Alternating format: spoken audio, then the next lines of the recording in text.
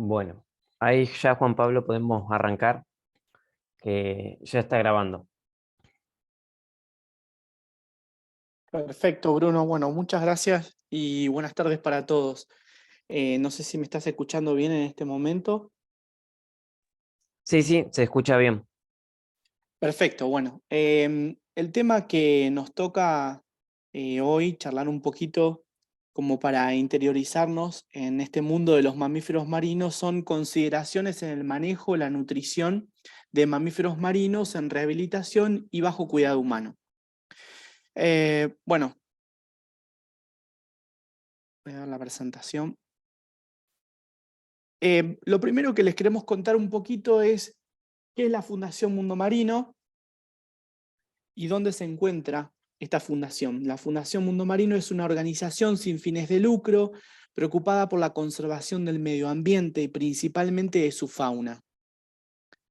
El objetivo primordial es la promoción de las actividades culturales, científicas, educativas y técnicas tendientes a colaborar en la asistencia de la fauna marina y la conservación de su entorno natural. ¿Dónde estamos nosotros ubicados? Esto es bastante gráfico para que ustedes lo puedan ver. Nosotros estamos en Argentina, en una provincia que se llama Buenos Aires, ubicados en San Clemente del Tuyú. Esto lo señalo porque hay posiblemente gente que no sea de Argentina y que se haya conectado para poder ver esta presentación. Algo interesante es que nosotros en nuestros vehículos recorremos 17.000 kilómetros por año monitoreando nuestras playas para trabajar en lo que es el rescate y la rehabilitación de animales. Bueno, nuestras tareas en la Fundación Mundo Marino están dirigidas a la conservación, a la educación, a la investigación y al rescate y la rehabilitación de la fauna marina, autóctona argentina en este caso. Bueno, y para empezar a introducirnos en el tema, vamos a hablar de los mamíferos marinos, un poco a modo de introducirnos y entender qué son estas especies, de conocer un poquito sobre su biología, un poquito sobre la ecología de estas especies y poder entender luego los aspectos, estos aspectos que tenemos que revisar hoy, que son los aspectos de la nutrición. Bueno, hay tres órdenes en general para describir a estos mamíferos marinos: los carnívoros, los cetáceos y los sirénidos. Los mamíferos marinos no son en sí un taxón.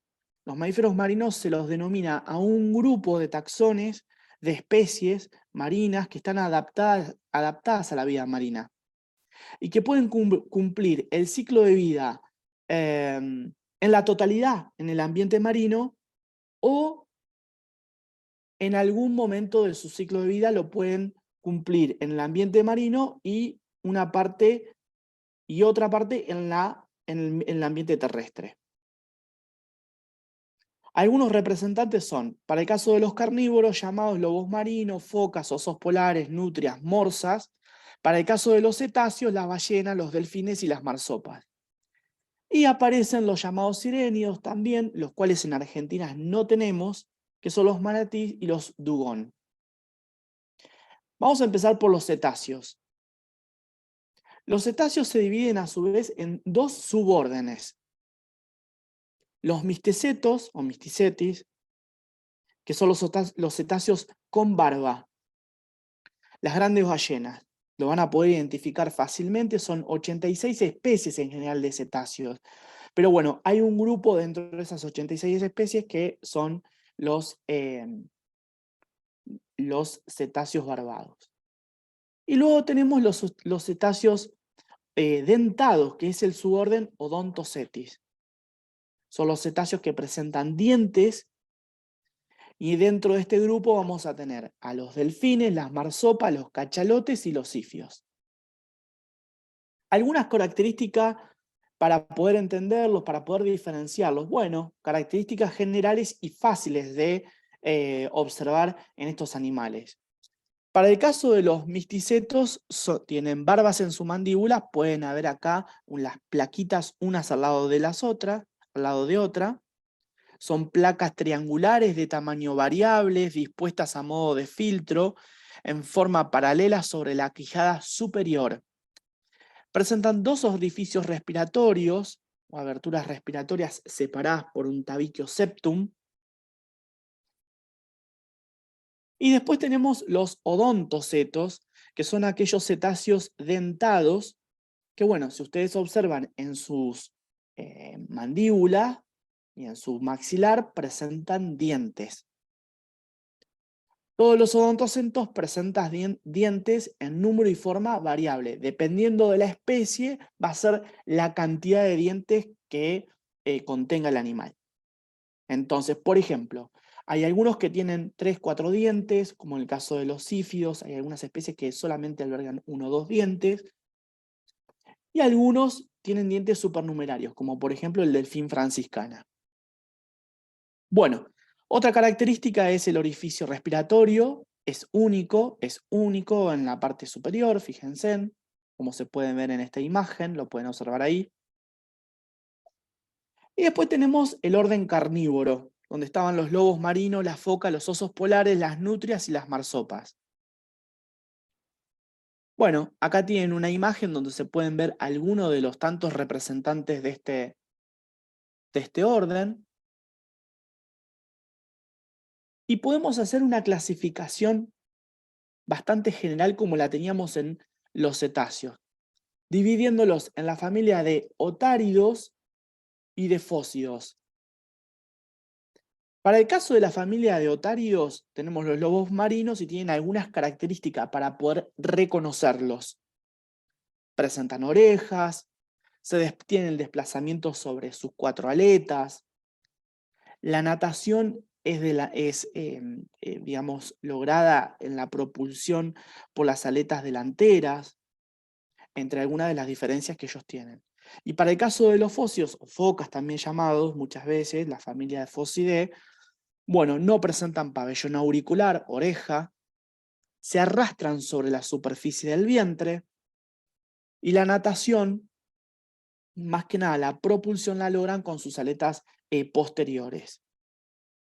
Estas son algunas de las diferencias para observar entre estas dos familias de pinípedos. Bueno, un poco para entender qué es lo que ellos comen. Acá en esta diapositiva se puede observar cómo los animales se van alimentando en el lecho marino. ¿Y qué comen estos animalitos? Bueno, los pinípedos, para este caso, se alimentan de peces, calamares y otros invertebrados en general. Dependiendo del tipo de pinípedo y de la zona donde este pinípedo obviamente frecuenta y habita, es el tipo de dieta que va a tener. En general, muchos de estos pinípedos tienen una dieta bastante generalista y siempre va a depender mucho, como lo vuelvo a repetir, de la zona donde habita.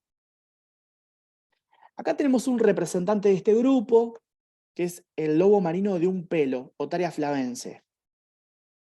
Para el caso de esta especie de lobo marino, las principales las principales especies de la dieta son la pescadilla real, la corvina rubia, la anchoita, el calamar, el pez sable, el córbalo. Esto es lo que generalmente ellos comen en la naturaleza.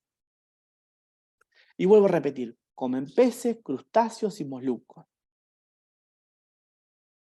¿De qué se alimentan los cetáceos?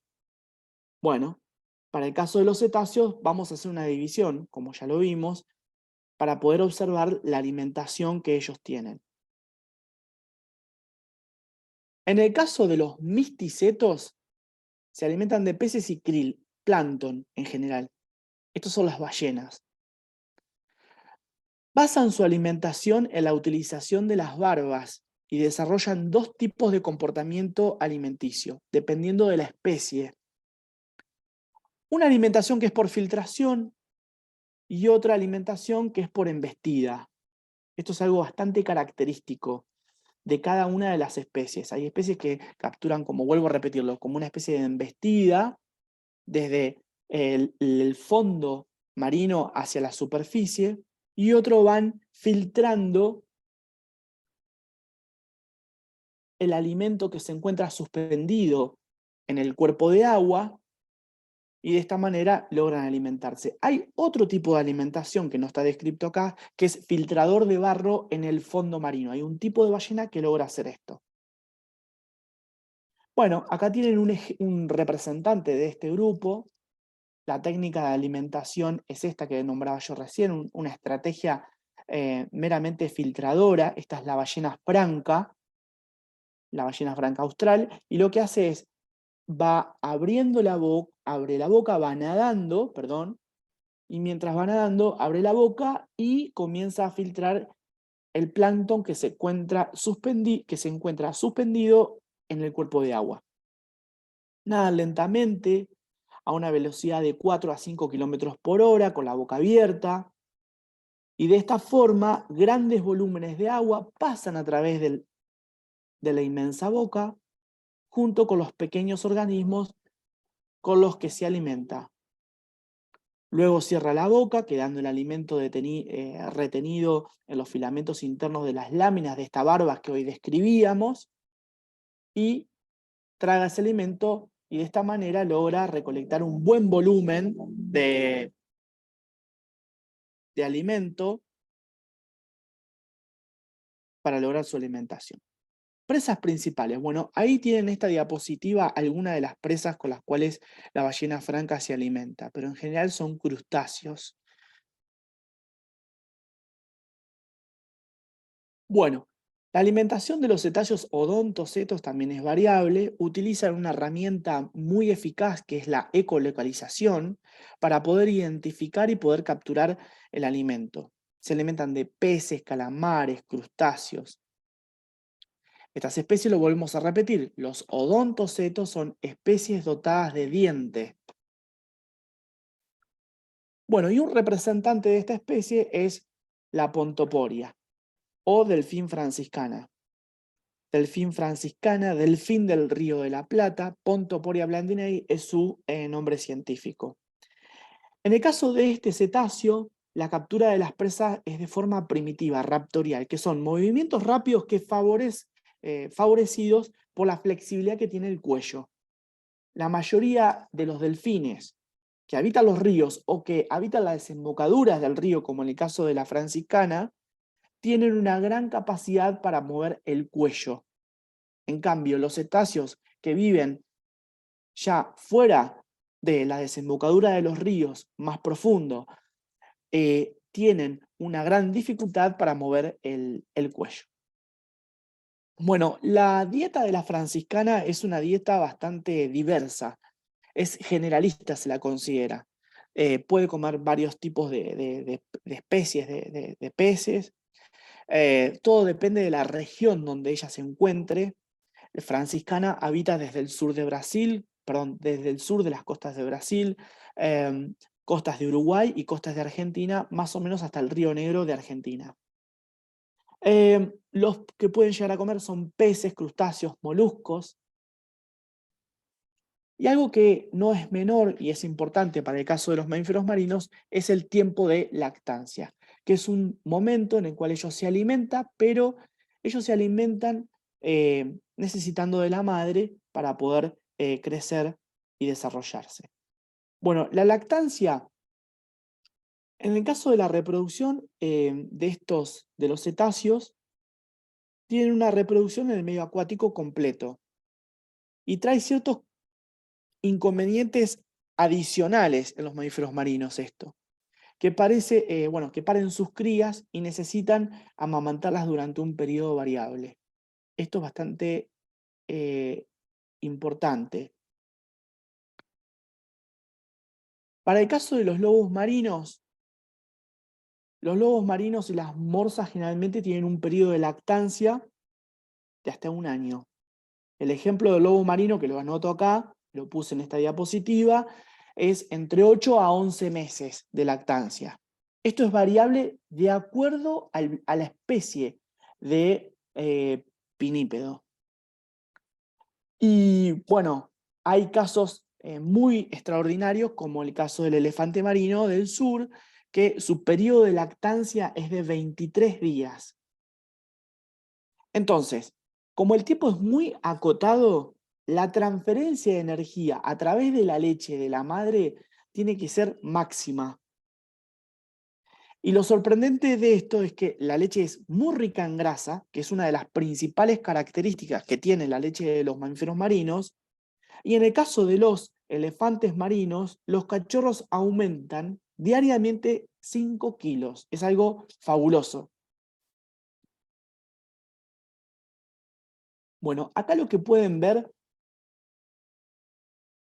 es un cachorro con muy poquitos días de nacido, en una especie llamada Arthrocephalus australis o lobo marino de dos pelos. Cómo él está intentando succionar permanentemente a la mamá. Está equivocado, las mamas no se encuentran en ese lugar, pero observen el reflejo de succión que él tiene. Esto lo coloco, este video lo coloco porque es interesante y es importante para los veterinarios poder reconocer cuál es el comportamiento normal de un bebé que intenta lactar. También es importante, obviamente, para los biólogos y para aquellos que se dedican a trabajar con la fauna marina. Bueno, algunas cosas interesantes es que los periodos de lactancia varían mucho, en el caso de los cetáceos, varían mucho de acuerdo a la especie. Cuanto el vínculo social es más fuerte dentro de los individuos de la manada, el periodo de lactancia es más largo. Espero haber sido claro. Por ejemplo, las orcas tienen un periodo de lactancia bastante largo, 2 años, por ejemplo, pero el grupo social o manada tiene fuertes lazos sociales, vínculos sociales entre los individuos de la manada. Y esto es importante. Vuelvo a repetirlo, a mayor vinculación dentro de los individuos, mayor es generalmente el periodo de lactancia. Acá lo que se pueden ver en esta imagen que me parece que es interesante es un delfín bebé, cómo se aproxima a la parte ventral de la mamá para poder amamantarse. Este abultamiento que se puede ver en esta imagen aquí en ventral de la mamá son las glándulas mamarias. En esta imagen se puede observar la hendidura genital y a los laterales de la hendidura genital se pueden observar la papila o pezón por donde se descargan los chorros de leche en el momento que el cachorro se acerca. Voy a aclarar la imagen. Este sector de acá es craneal y este sector de acá es ventral. O mejor dicho, esto es craneal y esto es caudal en el animal, en la madre. Y acá lo que vuelvo a observar, lo que podemos volver a observar, es el abultamiento de la glándula mamaria en ventral de la hembra. Bueno, algunas características del aparato digestivo de estos animales para poder interpretar luego cómo es su digestión y cómo son los comportamientos de ellos cuando se alimentan. Bueno, vamos a hacer una breve descripción de cómo es un aparato digestivo, pero en términos generales. En general, ellos tienen un abdomen que es bastante compreso. Esto es porque tienen que intentar disminuir la mayor resistencia dentro del agua al movimiento. Entonces, son de forma fusiforme los abdomen y todas las vísceras de su interior se ordenan de manera, yo le digo prolijo, porque para poder ser lo más eficiente en la utilización del espacio dentro de la cavidad abdominal. Bueno, ahora voy a marcar en esta imagen los distintos órganos para que ustedes puedan interpretar esta imagen. Este es un delfín franciscana bebé que murió durante un proceso de rehabilitación tan pronto ingresó a Fundación Mundo Marino. Fundación Mundo Marino está trabajando en el rescate, la rehabilitación y la conservación del delfín franciscana en una alianza internacional generada entre 3 países, Brasil, Uruguay y Argentina, los lugares donde habita franciscana. Y bueno, en este gran esfuerzo de conservación sobre la especie, recibimos nosotros, una de nuestras tareas es recibir nosotros los neonatos de delfines que varan en nuestra costa y lograr intentar la rehabilitación de alguno de ellos. Es extremadamente difícil. Y bueno, en la imagen se puede observar, lo que ustedes ven acá de color rojo intenso es el diafragma, que es amplio, fuerte y es bien extenso. Lo que pueden observar aquí, bien diferenciado, es el hígado, que se encuentra en relación al diafragma. Y todo lo que ustedes ven acá son haces de yeyuno. Estas asas de yeyuno se encuentran distribuidas en todo el abdomen, muy bien ordenadas, y en algunas partes forman esto que llaman discos yeyunales. Eso es una característica del aparato digestivo del delfín franciscana. Estos discos yeyunales son más prominentes y mejor organizados en la medida que el animal tiene mayor edad. Con esto quiero decir, por ejemplo, en este animalito, que estamos viendo la imagen, que es un animal neonato, la organización de estos discos yeyunales es menor a un animal adulto. Acá tiene una imagen donde se puede apreciar todo de más cerca. Esto es una panorámica, pero ya más focalizada en el aparato digestivo. Se puede ver, nuevamente lo vuelvo a explicar, la parte del diafragma, hígado, es lo que estoy señalando en este momento, todos los haces yeyunales, un disco yeyunal organizado en la parte más caudal, el corazón, ya estamos en cavidad torácica aquí, y parte del pulmón. Bueno, y ahora vamos un poquito, esto es para un odontocito, ahora vamos a una descripción de un misticeto, de una ballena. Este es el aparato digestivo, alguna de las partes del aparato digestivo de una ballena mink, la cual hicimos una necropsia en playa. Fíjense, observen el tamaño que tienen estas asas de intestino. Ya no se encuentran ordenadas como se veían en el delfín franciscana. Para el caso de los misticetos presentan ciego, es una característica diferencial con los odontocetos que no presentan ciego. Aunque sorprendentemente buscando bibliografía y leyendo sobre el aparato digestivo, hace muy poquito tiempo encontramos que hay un delfín que tiene un pequeño esbozo similar a ciego, que es el delfín del río Ganges, que también es un platanista. Bueno, en la imagen ventral, en la imagen, perdón, de abajo, pueden observar la mucosa del estómago, el estómago ha sido abierto y en su interior se puede ver un líquido rojo que en realidad es un contenido sanguinolento. Este animal tenía una gran parasitosis con algunas úlceras gástricas en el interior del estómago.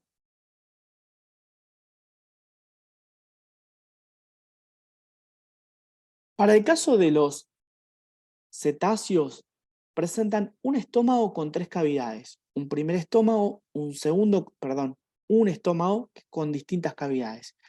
Las cavidades son denominadas primer estómagos en alguna bibliografía, en realidad es primer cavidad, segunda cavidad y tercera cavidad.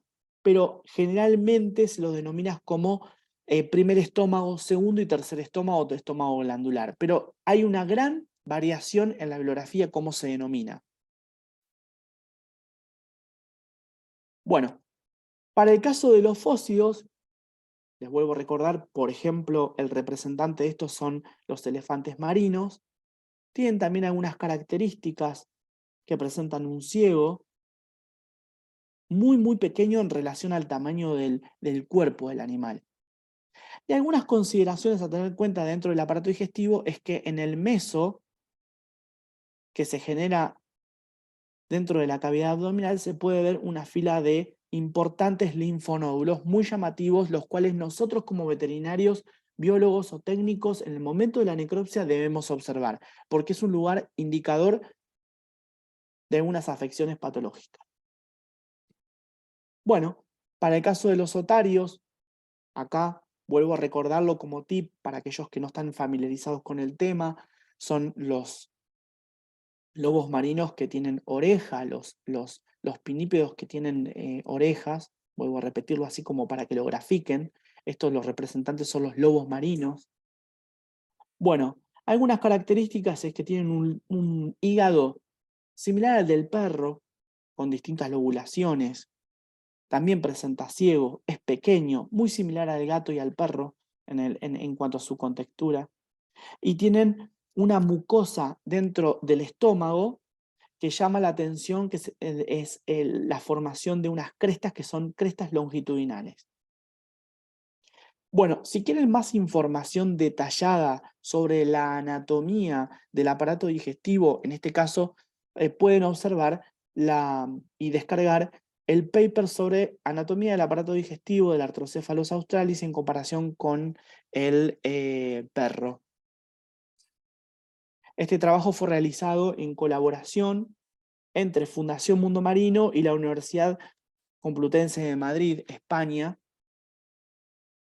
Y bueno, para nosotros ha sido un honor y un gusto poder trabajar con ellos. Actualmente seguimos trabajando en más investigaciones relacionadas a la anatomía de nuestras especies marinas. Pueden descargarlo, pueden escanear el código QR y a partir de este código poder descargar el paper sobre el aparato digestivo. Fue publicado en una revista bastante importante. A mi gusto es una muy buena revista, es una Q1 de alto impacto. Y bueno, pueden sin ningún tipo de problema escanear el trabajo a través de esta diapositiva. Si no lo pueden lograr, se lo podemos luego enviar por correo electrónico. Bueno, algunas cuestiones a tener en cuenta hoy sobre nutrición. Primero vamos a definir qué es la nutrición. La nutrición es una ciencia que estudia los procesos fisiológicos y metabólicos que ocurren en el organismo con la ingesta de alimentos. Dieta. ¿Qué es la dieta? Son los hábitos alimenticios de los individuos. ¿Qué es el alimento? Es cualquier sustancia es cualquier sustancia normalmente ingerida por los seres vivos con fines nutricionales, sociales o psicológicos. Algo de lo que va a hablar mañana Julieta Loco, la nutricionista de Mundo Marino, Fundación Mundo Marino, es sobre el esquema bioenergético, donde se puede detallar todo el flujo de energía. Esto lo va a desarrollar Julieta mañana durante la exposición. Y nosotros como cuidadores, como biólogos y como veterinarios tenemos que tener en cuenta dos tipos de pacientes. Un paciente que está bajo cuidado humano y un paciente de rehabilitación. El paciente bajo cuidado humano es el que vamos a desarrollar ahora. Nosotros como veterinarios tenemos que enfrentarnos a este paciente en materia de nutrición, teniendo en cuenta los aspectos de la nutrición, teniendo en cuenta algunas cosas importantes para la formulación de la dieta, como por ejemplo el peso del ejemplar, la edad, si es cachorro, juvenil o geronte, la época del año, la especie de pescado que generalmente come o la que tenemos a disposición nosotros, si está gestando, si está amamantando, etc. Estos son algunos de los factores que tenemos que tener en cuenta para formular una dieta de mamíferos marinos. Nosotros tenemos una planilla donde colocamos toda esta información, de alguna manera. Bueno, les voy a pasar acá un ejemplo de planilla. Puede ser utilizada tanto para mamíferos terrestres, para aves, para mamíferos marinos, pero me gustó esta del lemur solamente a modo de esquema. Pero lo importante es esto, ¿no? Poder, digamos, colocar la información nutricional, el registro de dieta en una planilla. Y puede ser individual cuando la dieta se la da a un individuo, o puede ser grupal, como en este caso, cuando la dieta se la repartimos a 2 individuos. Esto cabe para todos los pacientes que nosotros tenemos que formular dieta.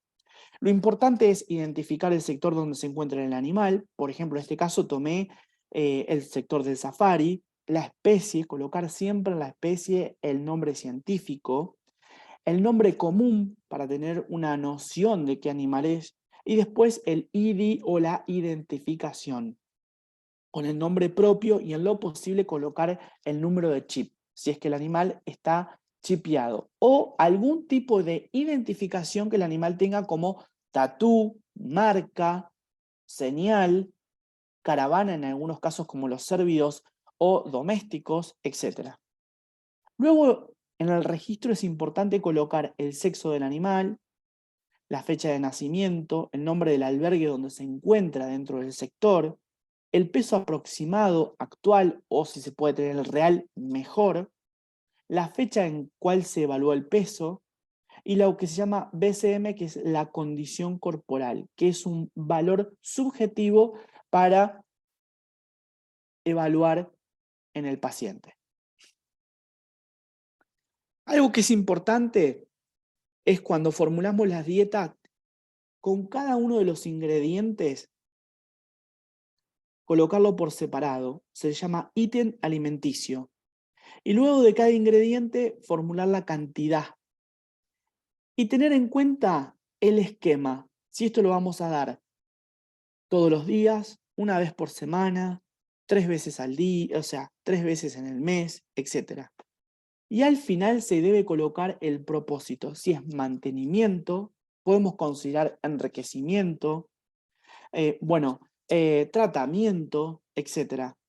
Esto es una planilla o ficha de dieta donde se puede observar cómo registrar la dieta de nuestros pacientes o de nuestros animales de la población. Bueno, vamos a la dieta de los delfines. Los delfines comen, para el caso de los adultos de la especie Turcius gephyreus, voy a tomar una especie que nosotros tenemos en ambiente controlado. Nosotros tenemos en mundo marino los únicos animales en ambiente controlado de la especie Turcius truncatum gephyreus. Es algo increíble, son animales muy poco frecuentes de ver en la naturaleza. Lamentablemente tiene un grado de amenaza muy alto, está a punto de pasar a un grado más crítico de lo actual, estaban vulnerables, ya estamos mucho más, se cree que puede pasar a peligro de extinción pronto. Y bueno, para el caso de un adulto, por ejemplo, tomo un ejemplo de un macho adulto, puede comer entre 12 a 16 kilos. Si el animal es un poquito más viejo, macho, por ejemplo, puede comer entre 11 a 14 kilos. Esto es más o menos una idea de cuánto puede llegar a comer esta especie de delfín. ¿Qué especies de pescado pueden comer? Zaraca, pescadilla, corvina rubia, pescadilla de banco, pescadilla de red. ¿Qué dieta pueden comer los pinípedos en cuanto a la cantidad? Bueno, para el caso de un macho adulto, por ejemplo, puede comer entre 10 y 12 kilos. Y una hembra adulta entre 8 y 10 kilos de pescado. Consideraciones a tener en cuenta. Ahora la vamos a revisar. Especies que puede llegar a comer: corvinas rubias, pescadillas, zaraca. Y cualquiera de las especies que en la naturaleza ellos consumen estaría bien.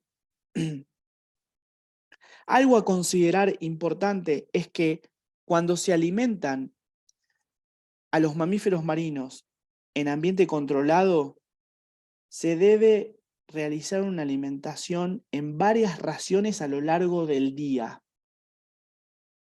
Esto es algo a tener en cuenta en el cómo alimentarlos. Y nosotros, como cuidadores, como biólogos, como veterinarios, no tenemos que perder nunca de vista la observación de la calidad del alimento, la inspección del alimento. Algunas cuestiones generales a tener en cuenta en la observación y en la evaluación del alimento que reciben los mamíferos marinos. Bueno, es una evaluación, se la llama organoléptica del pescado. Cosas que tenemos que ver. Bueno, tenemos que ver la implantación de las aletas. Aletas que están bien implantadas indican que el pescado es de buena calidad y sus aletas están en condiciones de implantación bien, quiere decir que es un pescado fresco. Otra cuestión que tenemos que ver es la piel. Todo lo que es las escamas, si se descama fácilmente, si pierde mucho las escamas, bueno, acá es un pescado que tiene algún problema. Es importante que mantenga la mayor cantidad de escamas y que estén bien implantadas. Eso denota que el pescado es fresco, es de calidad. Otras cuestiones a tener en cuenta es la implantación del ojo. Ojos muy hundidos en un pescado indica que no es tan bueno el pescado, que ha sufrido mucha deshidratación durante el proceso de congelado, por ejemplo. Algunas otras cuestiones es el olor. ¿Qué olor en general se puede ver? Y un buen lugar para ir a observar el olor es en las agallas. La observación de las agallas, el color, cómo están hidratadas en general, si están brillantes, opacas, etcétera, son algunas de las cuestiones que nosotros tenemos que observar para inspeccionar el pescado y evitar cualquier tipo de problema. Algunas otras condiciones como la condición de su musculatura es importante.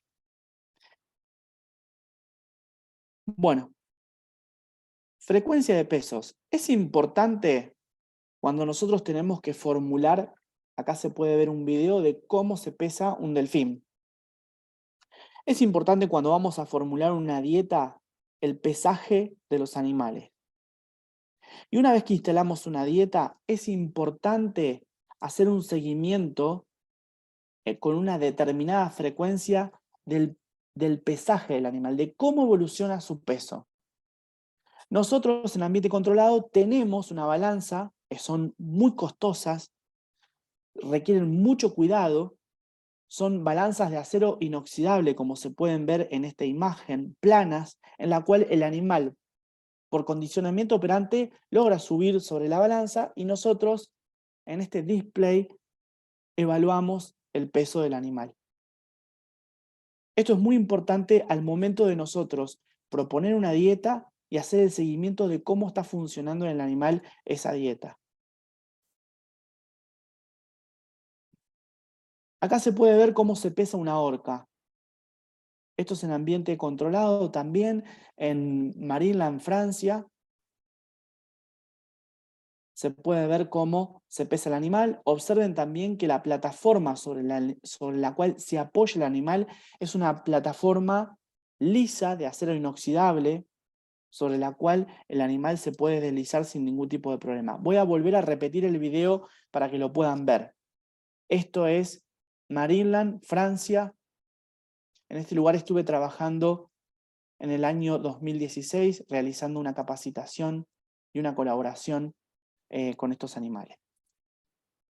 Bueno, el pesaje de los pinípedos, acá tienen cómo se pesa un elefante. Observen fácilmente cómo se puede subir en esta especie de placa nuevamente. Son placas lisas de acero inoxidable, resisten el agua salada, es por esto, ¿no?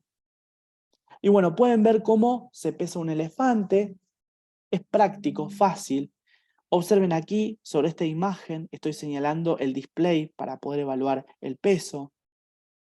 Y por condicionamiento operante, el animal sube sobre la balanza y se logra pesar fácilmente.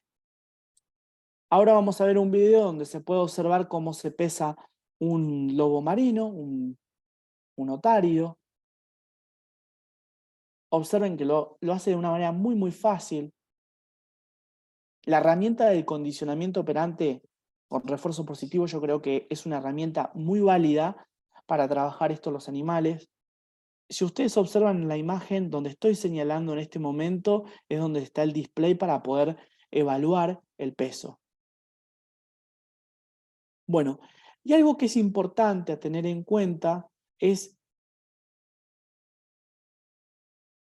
por qué es importante el plan de hidratación. Nosotros a los mamíferos marinos siempre tenemos que darle un porcentaje de agua, tanto en el paciente que entra en rehabilitación como en los animales que están bajo cuidado humano. ¿Por qué se hace un plan de hidratación en los mamíferos marinos? Bueno, esto es para reponer una cantidad de agua que se pierde por el congelado del pescado. Lo que sucede es que la mayor cantidad de agua que pasa al medio interno de los mamíferos marinos lo logran incorporar a través del alimento. Entonces su alimento es el pescado. Y el 75, el 85% del agua que pasa al medio interno del mamífero marino es agua que se logra incorporar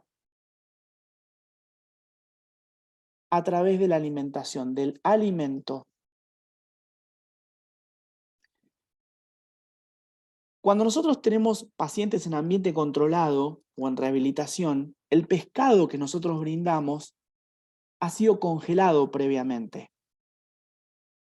Entonces, en el momento del descongelado y congelado del pescado, se pierde un porcentaje mínimo de agua. Se estima aproximadamente un 3, un 5%, se cree que puede llegar a perder el pescado luego de congelado y descongelado. Entonces, ese 5%, ese 10%, dependiendo del tipo de pescado, obviamente, y del tiempo que lleva congelado, estacionado en cámara, es también el porcentaje que se pierde de agua en el pescado que nosotros brindamos al mamífero marino. Entonces, es importante tener en cuenta esa pérdida de agua que tiene el pescado que nosotros brindamos. Entonces, acá vamos al tema. Nosotros, por esa pérdida de agua, tenemos que contemplar un plan de hidratación en los mamíferos marinos. Acá se puede ver a Yamen, cómo se lo va a hidratar por sonda. Se hidratan tanto las orcas, los delfines, en la mayoría de los parques del mundo. Otras de las consideraciones a tener en cuenta en la hidratación de los mamíferos marinos es que ayuda a fluidificar las sales biliares y esto mejora los procesos digestivos. Y también ayuda a eliminar cálculos en el caso de los animales geronte. Es frecuente ver en los animales gerontes, cuando ya fallecen, la formación de cálculos dentro del riñón. Ahora vamos a ver un ejemplo de un animal geronte donde se realizó una necropsia y se puede ver en el corte del riñón, un pequeño videíto, se puede ver la presencia de cálculos. Acá en la imagen del lado derecho de la pantalla, mirando ustedes la pantalla, se pueden ver pequeñas estructuras que son estos cálculos muy frecuentes en animales gerontes. Este es el corte de un riñón que tiene una clasificación polilobulado en las especies de mamíferos marinos, tanto en los pinípedos como en los cetáceos. Y bueno, es frecuente observar en el riñón de estas especies, en los animales gerontes, la presencia de estos cálculos. Ahí lo pueden ver en el video y lo pueden ver de manera más detallada en la imagen del lado derecho de la pantalla. Bueno, muchos parques del mundo que tienen en ambiente controlado mamíferos marinos dan gelatina. Nosotros damos gelatinas. Y ahora le vamos a explicar por qué. Bueno, la información que tienen acá en el lado derecho de la pantalla es la información nutricional de la gelatina que se da. Y bueno, se puede ver la concentración de proteínas, grasas, hidratos de carbono, fibra, sodio, la conversión a sal, vitaminas, minerales, potasio, calcio, magnesio, las calorías que presenta esta gelatina. Pero algunas cuestiones con respecto a la gelatina. Tiene varios beneficios. Uno, hidrata a los animales. Dos, se la puede utilizar como enriquecimiento ambiental. Esto es bárbaro. Y después la gelatina se utiliza, bueno, en la mayoría de los parques. Tiene que ser una gelatina sin sabor y tiene que estar libre de glúcidos. Esto es importante también. No se da gelatina de sabor a cereza ni nada por el estilo. Son gelatinas sin sabor y libres de glúcido para evitar cualquier tipo de diarrea por ósmosis, por ejemplo, osmótica.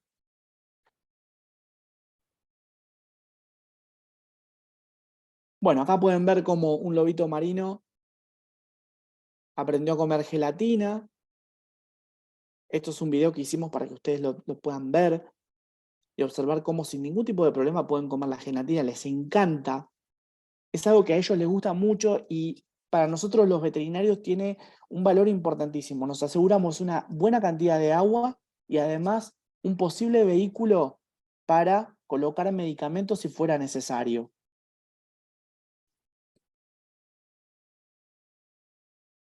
Bueno, algunas consideraciones sobre la gelatina es dónde nosotros lo vamos a colocar. El lugar tiene que ser como este que ustedes ven acá en la imagen, un lugar seco, fresco, que no tenga abertura para que ingrese ningún tipo de roedor. Se debe colocar en esta especie de placas para que no esté en contacto con el piso y se pueda llegar a perder la calidad. Esto es importante tener en cuenta. O sea, es importante tener en cuenta en qué lugar nosotros vamos a depositar la gelatina que luego vamos a procesar para suplementar en nuestros animales. Esto es algo a tener siempre en cuenta. Y ustedes como cuidadores de estos animales, veterinarios, biólogos y cuidadores, deben revisar en sus parques o en los parques que tengan que trabajar para ver en qué condiciones se guarda y se estoquea este suplemento dietario. Otra consideración como suplemento que nosotros tenemos es el suministro de vitaminas. Las vitaminas en general para mamíferos marinos nosotros utilizamos la fórmula Masuri. Es la mejor conocida y mejor desarrollada. Nosotros nos aproximamos a este tipo de fórmula y generalmente lo alternamos. Alternamos una fórmula de vitamina sin vitamina A, un polivitamínico pero sin vitamina A, y otro polivitamínico con vitamina A. En la imagen superior se puede observar en la formulación de las tabletas una falta de vitamina A. Y en el caso de la imagen que está hacia abajo de la anterior, que señalé, se puede observar la suplementación con vitamina A. Esto nosotros lo realizamos en periodos alternados. Durante determinados periodos del año utilizamos un suplemento vitamínico que contiene este polvo polivitamínico vitamina A y otro que no tiene vitamina A. Son como las dos alternativas que existen para mamíferos marinos. En el caso nuestro, lo utilizamos 3 veces por semana y con esto es suficiente y es una de las mayores, la mayoría de los especialistas en nutrición de mamíferos marinos recomiendan un suministro 3 veces por semana. Nosotros hay épocas del año que lo usamos 3 veces por semana, hay otras veces que aumentamos en el año la cantidad em, de, en la frecuencia. Acá tienen una imagen de cómo son los comprimidos, se colocan dentro del pescado y se lo vehiculiza a través del pescado. Es muy fácil. Algo a tener en cuenta cuando tenemos que trabajar en la nutrición de los mamíferos marinos bajo cuidado humano es el proceso de muda. En este momento, los animales por lo general dejan de comer. Y es algo que nosotros debemos respetar. Esto sucede en la naturaleza y también se repite en ambiente controlado. Las mudas en general, para el caso de los, bueno, obviamente se producen en aquellos mamíferos marinos que tienen pelo. Se debe contemplar en el plan de nutrición, como está escrito en la diapositiva, el periodo de muda se debe contemplar en los pinípedos, ya que durante este mismo no se alimentan. La muda puede ser de tipo gradual o catastrófica. ¿Qué significa esto? Algunos pinípedos, como por ejemplo los lobos marinos de un pelo, lobos marinos de dos pelos, como Arthrocephalus australis y Otaria flavense, la muda es de tipo gradual. Hay un determinado momento del año, puede ser el mes de abril, por ejemplo, donde los animales comienzan a perder mayor cantidad de pelo, pero no quedan sin pelos, desprovistos de pelo. No, hay una mayor pérdida de pelo y lo que está sucediendo en ese momento es un recambio del pelo, es una muda. Esa es una muda de tipo gradual. Esto es importante tenerlo en cuenta, porque vamos a ir al recinto donde se encuentra el lobo marino, o vamos a encontrar un lobo marino en la playa con mucho pelo alrededor cuando está descansando, y vamos a pensar de que tiene un problema dermatológico, y no es así, es simplemente un proceso de muda. Y hay otro tipo de muda que es la de tipo catastrófico. Se produce, por ejemplo, el elefante marino. Si ustedes observan, este es el pelo viejo que se empieza a perder. Este es el pelo que se sigue perdiendo, fíjense, de color marrón. Y todo este manto gris de color plomo es el manto nuevo de pelo. Esto es normal y es bueno que suceda en el animal. En este momento, en este periodo, los animales comen muy poquito o dejan de comer.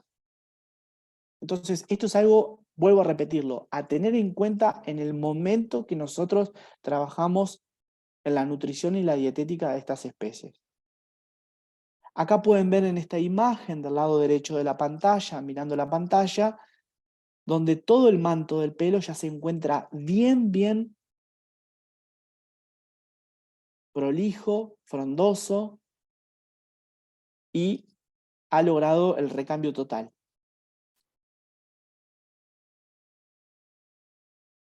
Bueno, esto es un poquito de lo que recién les contaba. Acá se puede ver una muda, un proceso de muda, y bueno, en este caso se pierde un poquito de pelo, no mucho. Esto es pelo mojado y esto es pelo seco. Pero bueno, es un poco de lo que yo les contaba recién. La muda, tanto en Arthrocephalus australis, que es la imagen del lado derecho que estoy señalando en este momento, si ustedes miran la pantalla, en esta especie, como en el Otaria flavense, que es la imagen que se encuentra al lado izquierdo mirando ustedes la pantalla, bueno, en estas especies el tipo de muda es gradual. Algo a tener en cuenta cuando manejamos el alimento de los mamíferos marinos es el manejo del hielo. Es recomendable, altamente recomendable, que el pescado, en el momento que se prepara cada uno de sus baldes con su dieta de cada uno de los animales, tenga hielo. Se prepare con hielo. Esto es bueno porque, si bien el pescado ya se descongeló, mantiene y preserva el pescado de una manera correcta. Es más eficiente. Y los procesos de descomposición obviamente se frenan. Esto, por ejemplo, es un hielo que ha sido contaminado con algo. Observen que está de color amarillo, con urea en este caso fue. Bueno, es importante observar siempre en qué condiciones nuestro proveedor nos trae el hielo. Nosotros como profesionales debemos tener esto en cuenta. O sea, en qué condiciones nos llega a nosotros el hielo que va a estar en contacto con el alimento del mamífero marino. En cuanto a la materia fecal, es algo importante de observar, ya que muchas patologías, afecciones, se pueden observar a través de la materia fecal. Más allá del análisis coprológico que se puede llegar a hacer, la observación de la materia fecal es un punto importante para poder evaluar la digestibilidad, cómo está funcionando todo el aparato digestivo. ¿Cómo hacen caca los mamíferos marinos? Para el caso de los delfines, en general, la coloración va de amarillo a verde, dependiendo mucho de qué tipo de especie de pescado se le está dando, con qué se está alimentando el mamífero marino. Y esto es importante. Nosotros tenemos que observar el color y a su vez tenemos que intentar relacionarlo con el alimento que le estamos dando, con la especie de pescado que le estamos dando al mamífero marino. El tono es importante evaluar. Tiene que ser claro en general. Y después la consistencia. Para el caso de los cetáceos, la consistencia es casi líquida. Cuando observamos la materia fecal es como una nube. Aunque, por ejemplo, hay excepciones como franciscana, que la materia fecal toma cuerpo. Y no se ve como una nube de materia fecal en el agua, sino que se puede ver lo que ustedes ven en esta imagen. Pueden ver como pequeñas deposiciones con mucho más consistencia que lo que se ven en Turcio, que es casi líquido como una nube.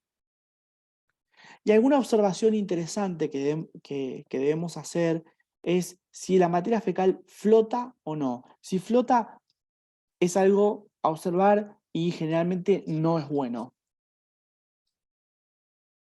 Para el caso de los lobos marinos, debemos tener en cuenta lo siguiente. Primero, el color va de amarillo a verde.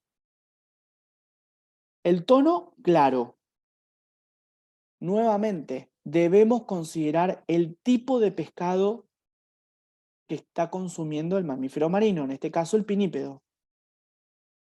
La consistencia es casi líquida en algunas especies, pero lo ideal, esto está mal. Se ve como una nube, no se ve como una nube dentro del agua, solamente cuando la deposición es un poco más blanda, pero se tiene que ver esto, que ustedes ven en las imágenes. Deposiciones un poco líquida con materia fecal consistente. Vuelvo a repetirlo como algo importante. Si flota, no es bueno. Nosotros en Fundación Mundo Marino y en Mundo Marino trabajamos con un nutricionista en planta permanentemente. Mañana Julieta, esta doctora que trabaja con nosotros, Julieta Loco, les va a estar desarrollando una gran parte de la nutrición de los mamíferos marinos, que es las kilocalorías, la cantidad de energía que necesitan, cuestiones de la dieta, observaciones energéticas de la dieta, etc. Bueno, Julieta es nuestra especialista en nutrición, es licenciada en ingeniera en producción agropecuaria y licenciada en nutrición. Es nutricionista de Mundo Marino y Fundación Mundo Marino. Bueno, algunas cuestiones a tener en cuenta cuando utilizamos alimento como estrategia de enriquecimiento ambiental. Los enriquecedores, existen varios tipos de enriquecedores o con determinados criterios, teniendo en cuenta el entorno, lo social, el sensorial, la manipulación. Hay mucha bibliografía acerca de lo que significa enriquecimiento y lo que es el enriquecimiento como herramienta para el bienestar animal. Pero vamos a tener en cuenta hoy los enriquecedores que podemos llegar a ofrecer teniendo en cuenta alimento.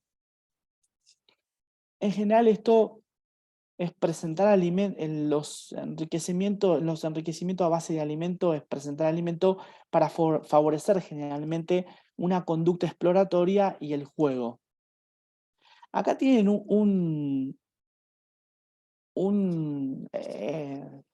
una sesión, una sesión de enriquecimiento ambiental donde, fíjense, es un enriquecedor social porque hay mucha cantidad de lobos marinos interactuando entre ellos. Es un recreo donde ellos exploran todo un sector y ellos juegan con cubos de hielo y tienen que ir a buscar pescado que está escondido en distintas partes de ese sector. Eso es muy, muy bueno porque les estimula una conducta de exploración. Ahí tenían dos animalitos con un enriquecedor con hielo y pescado. Acá es un macho adulto que él tiene que jugar, bueno, tratar de sacar el pescado del hielo. Todo esto es muy bueno para favorecer distintas conductas en estos animalitos. Les encanta el hielo y jugar con hielo y buscar pescado dentro del hielo. Estos son algunos de los enriquecedores con alimento en animales de distintas edades, ¿no? Un macho adulto pudieron ver, una mamá con la cría, jóvenes en grupo. Acá pueden ver un elefante marino como busca. Esto es una pelota, le encanta, que adentro tiene pescado. Y él la mueve y en la medida que la Fede la va moviendo, bueno, va logrando sacar alimento. Acá pueden ver otro video donde un delfín está interactuando con un enriquecedor, mueve el enriquecedor y se libera pescado de adentro. Esto siempre son muy buenos los enriquecedores que tienen alimentos, ya que estimula mucho la conducta de exploración. Acá tienen a Yamen, por ejemplo, una orca, cómo interactúa con un enriquecedor. Es un tanque de 200 litros, le encanta esto. Él explora mucho e intenta sacar hasta el último pescadito que se encuentra adentro. Lo divierte mucho, lo entretiene. Es bueno porque ayuda en su salud mental. Y bueno, todo lo que sea la utilización de enriquecedores, para mí son herramientas fundamentales para trabajar en el bienestar animal de los animales bajo cuidado humano. Bueno, ahora vamos a pasar a otro paciente que es el paciente de rehabilitación, ¿no? Nosotros aquí en Fundación Mundo Marino llevamos adelante una tarea de rescate y rehabilitación de muchas especies que varan en nuestra costa. Son más de 200 mamíferos marinos que atendemos por año, son más de 180 aves marinas que se atienden por año y son más de 80 tortugas marinas que se atienden y se asisten desde Fundación Mundo Marino en nuestro centro de rescate y rehabilitación. Algunas cuestiones importantes cuando tenemos que atender a estos pacientes, ¿no? Tenemos que hacer una observación general del animal, un registro de medida, registro de peso, frecuencia respiratoria debemos tomar, frecuencia cardíaca, tiempo de llenado capilar, observaciones oculares. Nosotros hoy estamos trabajando, lo vuelvo a repetir, en una alianza internacional entre 3 países, Brasil, Uruguay y Argentina, en un proyecto ambicioso de conservación para el rescate, la rehabilitación y la conservación del delfín franciscana. Es un animal que se encuentra muy amenazado en el hemisferio sur, es uno de los cetáceos más amenazados en el hemisferio sur.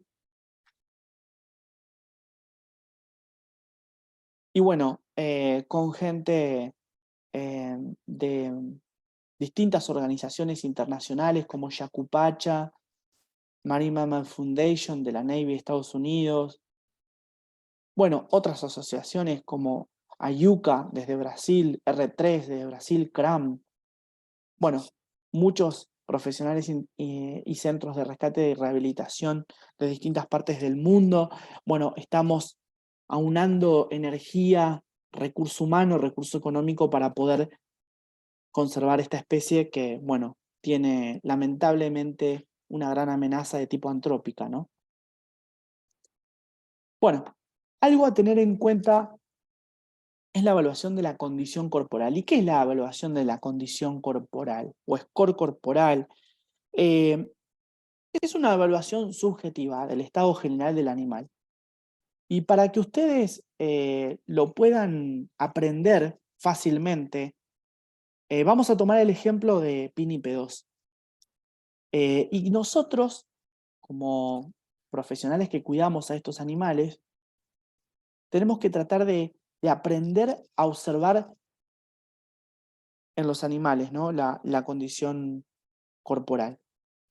Entonces, yo tomé como ejemplo la especie Otaria flavense. Creo que en muchas partes del mundo le llaman patagónico a este lobo. Este es el lobo marino de un pelo. Y bueno, yo voy a hablar un poco de mi experiencia. Yo siempre lo que miro en estos animales es, primero, lo divido por regiones anatómicas. Y empiezo a mirar lo primero, que es la cabeza. Y en la cabeza veo, siempre intento observar cómo está implantado el ojo. Yo trazo una línea entre la fosa orbitaria o la comisura medial del ojo y las fosas nasales. Y se genera una curva. Si la curva es muy pronunciada, demarca que el animal tiene pérdida de masa muscular, está delgado. Observen que este rostro, evaluando estas dos líneas del lado derecho y del lado izquierdo, es mucho más pronunciada en el lobo que está en la imagen de abajo comparado con el lobo que está en la imagen de arriba. Y algo que a mí me llama mucho la atención es esto que siempre miro y observo, es esto que está acá, esto que se ve, esta prominencia. Es la cresta de la nuca. Generalmente en los animales geronte o en los animales bajos de peso, la cresta de la nuca se puede observar muy manifiesto. Entonces, esto te indica que es un animal bajo de peso. Y por supuesto, toda la masa muscular que se encuentra en la región del cráneo. Observen, este animal es un animal bajo de peso, este es un animal normal de peso. La evaluación de la condición corporal es una evaluación subjetiva y depende mucho de la quiero decir con esto que depende mucho de la persona, del profesional que lo hace. Generalmente los entrenadores la tienen mucho más clara que nosotros porque están en permanente contacto con los animales, día tras día. Entonces, siempre es importante también tener en cuenta la opinión del cuidador del animal o de la persona que hizo el rescate, del técnico en fauna. Porque ellos tienen muy a flor de piel, muy aprendido en qué condición se encuentra el animal cuando llega o está en ambiente controlado. Este es un animal de rehabilitación en este caso, que llegó a nuestro centro de rescate y rehabilitación y aproveché, le tomé varias imágenes para poder contarlo. Otro lugar que nosotros observamos es el cuello. Observen este cuello. Acá el animal tiene un absceso, pero observen el cuello. El cuello es delgado en el caso de este animal bajo de peso y en este no, es robusto. Y es como si estuviera el cuello todo incorporado al tórax.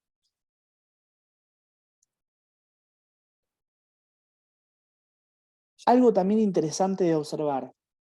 Observen, este es un animal bajo de peso. Se puede observar en toda la parte del tórax la aparición de las apófisis espinosas de las vértebras torácicas, las costillas, y además hay pérdida de masa muscular sobre las escápulas, tanto la derecha como la izquierda. Observen este animalito bajo de peso, del centro de rescate y rehabilitación, vino con un absceso en la región del cuello, y observen este animal de la población estable de mundo marino, la diferencia que tiene en las distintas regiones.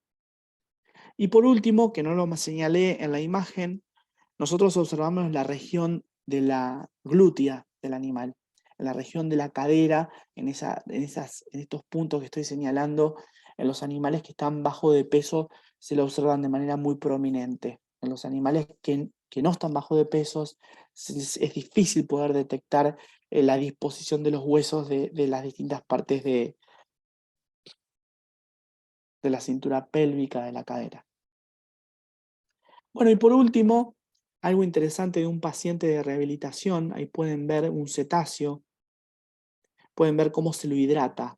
Esto lo puse de modo para que ustedes vean, esto es algo que sucedió acá en Fundación Mundo Marino, tuvimos que el rescate y la rehabilitación, trabajamos en el rescate y la rehabilitación de una marsopa de anteojos, un cetáceo muy, muy, muy difícil de ver. Hay muy pocos reportes a nivel mundial sobre estos animales en rehabilitación. Nosotros tuvimos un caso de un animal vivo, un macho juvenil, es este. Y bueno, acá se puede ver cómo es una maniobra de hidratación en un animal de rehabilitación. Observen cómo se lo debe forzar en la boca para abrirle y colocar una manguera para poder hidratarlo. Es algo bastante interesante. Este es un caso que tuvimos en Fundación Mundo Marino. Somos el único centro de rescate y rehabilitación que ha tenido casos de marsopas de anteojo, focoena dióptrica en rehabilitación aquí en Argentina. Tenemos 3 reportes más de 3 animales que ingresaron muertos. Lo llamativo que uno de estos animales que ingresaron muertos era una hembra preñada. Y actualmente tenemos varios estudios sobre esta especie que ha varado, lamentablemente han muerto. eh, y bueno, estamos trabajando en poder eh, entender muchas cosas sobre la biología, la medicina y obviamente la ecología de esta especie. Bueno, acá hay una maniobra donde se puede ver cómo se pesa. Acá pueden ver en la marsopa, cómo la estamos pesando. Este es un macho, los machos tienen una condición donde su aleta dorsal tiene un gran desarrollo comparado con la hembra, tiene un dimorfismo sexual. Este es un macho juvenil igualmente.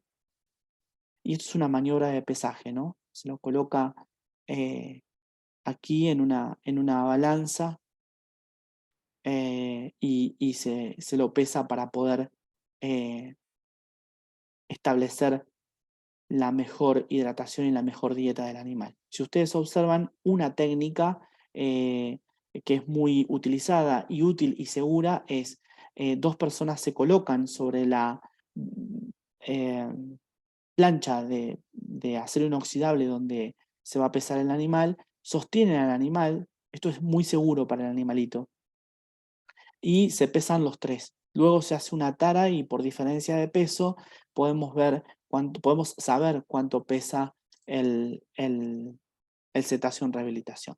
Son consideraciones a tener en cuenta. Algunas cuestiones, acá lo interesante de esta presentación son algunos aspectos generales sobre la dietética y la nutrición, tanto de un paciente en ambiente controlado y un paciente en rescate y rehabilitación. Esto da para mucha cantidad de horas. El objetivo de esta charla es como que ustedes tengan un paneo general sobre la nutrición y el manejo de los mamíferos marinos bajo cuidado humano y también en un proceso de rehabilitación. Mañana Julieta va a estar completando este ciclo webinar. Para mí es una charla muy interesante y creo que el principal beneficio es que esta charla es una herramienta, digamos, para poder entender algunos aspectos del manejo y la nutrición de los mamíferos marinos en ambiente controlado y en rehabilitación. Bueno, hasta acá fue la presentación. Desde ya, muchísimas gracias por el tiempo, por la dedicación. Estoy disponible para cualquier consulta. Les dejo mi contacto tanto de WhatsApp, no hay ningún tipo de problema, pueden escribir, y mi correo electrónico para pasarles información o cualquier tipo de consulta. Les sugiero agregarme a mis redes sociales, Loureiro Veterinario, estoy en Instagram y también en canal de YouTube. Y también en Instagram, en Facebook, perdón, y justo en este momento me están escribiendo. Pido disculpas. Y bueno, estoy abierto para cualquier tipo de consulta.